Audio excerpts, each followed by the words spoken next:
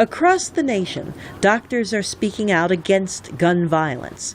At MedStar Washington Hospital, where victims of the Navy Yard shooting were treated, Dr. Janice Orlovsky said there is an evil in U.S. society. I may, be the chief medical officer of a very large trauma center, but there's something wrong here when we have these multiple shootings, these multiple injuries. There's something wrong.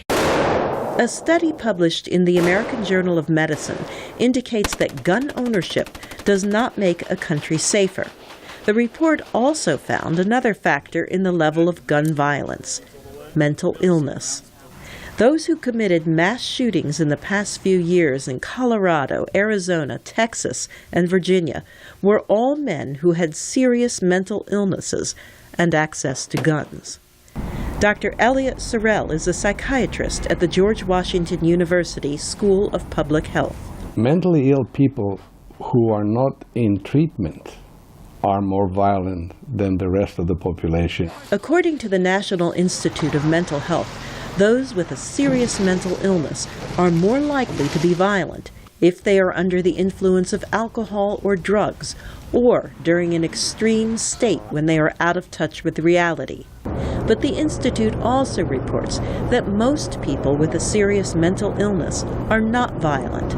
However, statistics show that in the U.S., almost half of adults with a serious mental illness are not in treatment.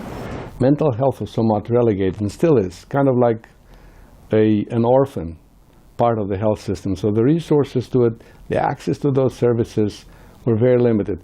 Dr. Sorrell also points to cultural aspects of American society, the value of individual rights, and the Second Amendment right to bear arms. He says to reduce the incidence of gun violence, it must be treated as a public health issue. We have the tools in public health to do a disciplined review of what is going on and to come up with some recommendations.